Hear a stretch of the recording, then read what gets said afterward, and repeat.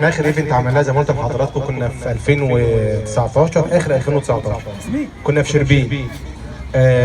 معرفش حد من حضراتكم اللي قاعدين حضر الايفنت بتاع 2019 ده؟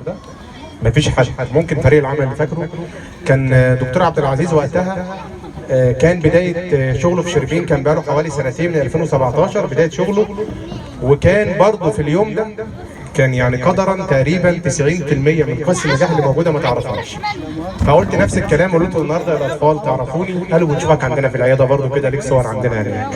فده كان يعني تقريبا انا كنت مسمي الايفنت ده مش يعني نقول شهاده ميلاد الدكتور عبد العزيز، ولكن يعني ان الناس كلها تبقى شايفه الراجل وشايفه نجاحه، وده طبيعي يعني بما اننا اهلاويه، الاهلاويه يرفعوا ايديهم ويسقفوا طبعا. الزملكاويه ما يزعلوش مننا يا جماعه والله.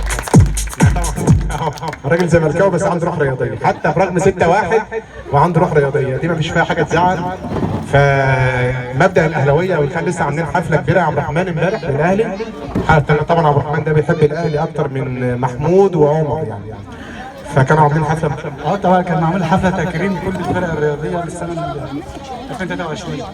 وكان يعني الشعار جيل بيسلم جيل.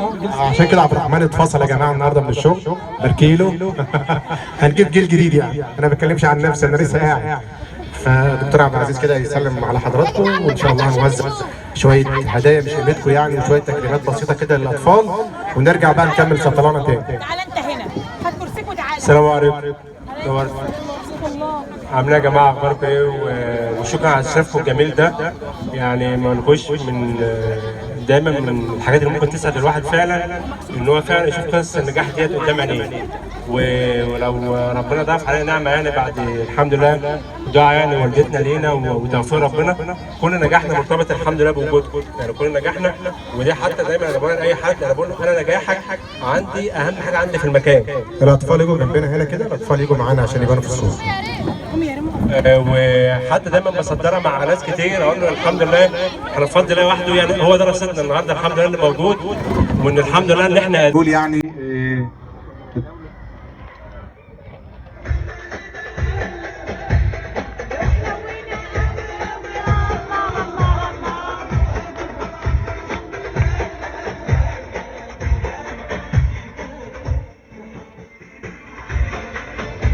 ايوه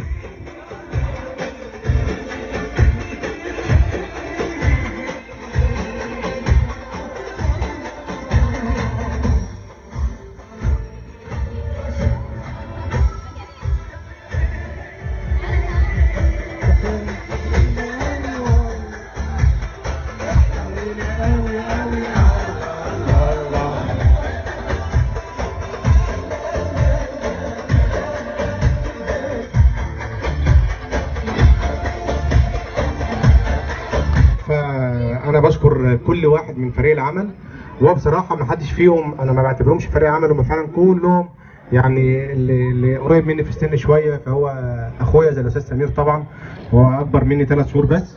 صح سمير؟ يا دوب شهر ونص كده، بس انا عشان نافخ وعامل فيلر وبتاع.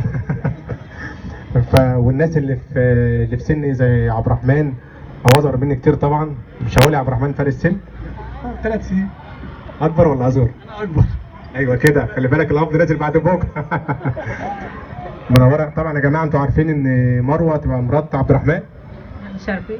طب اللي ما يعرفش يعرف. نعرفه بقى كله. انا عارف. طبعا مروه بنتنا يعني من زمان. دكتوره سمر منوره. حضرتك يا دكتور. دكتوره اميره.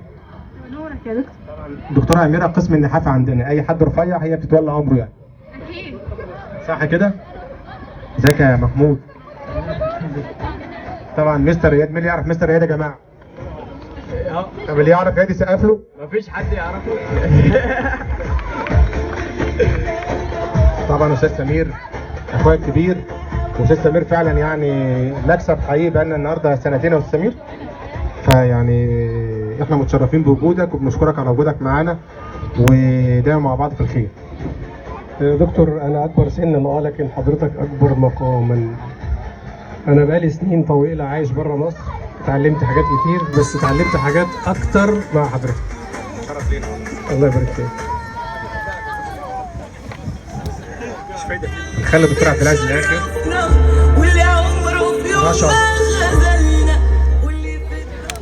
رشا يا جماعه طبعا هي مستخبيه ورا، لان تقريبا كانت داخله في جمعيه ب 67 جنيه ومش عارفه تسدد، فطفشانه يعني. فاي حد هنا ليه علاقه بالشرطه يا ريت ما يبلغش عنها. ازيك يا رشا؟ الله يستنى. ازيك يا دكتور؟ منوره. ده نورك. مستخبيه ورا ليه؟ عادي. عادي دي من مالها يعني؟ اهلا اهلا. اهلا يا دكتور. استاذه دين. دينا يا جماعه اللي عارف دينا يسقف لها كده سقفه كبيره. انا بس عاوز اقول لك على سر. دينا اول لما جت اشتغلت احنا دلوقتي بقى لنا 3 سنين. ايوه ما شاء الله متذكر صح. دينا اول لما جت اشتغلت قلت لهم يا جماعه انا راجل ماشي بعلاج ودي هتجيب لي ضغط وسكر عشان خاطري. بس بعد كده اثبتت ان هي من اشطر الناس عندي. منوره يا دين. بقولنا كده. كان وصلك موضوع السكر والضغط ده؟ اه عارفاه. كنت كل لما اسال حضرتك كنت بتقولي ايه يا دينا؟ استغفر الله العظيم. صراحه يعني كان كل ذنوب هي بتكفرها لي الحمد لله. استغفر الله العظيم يا رب. منوره يا دينا طبعا فرع شربين. ايه تعالي ايه. ها يا جماعه عاوزين بقى سقفه كبيره لايه فرع المنصوره.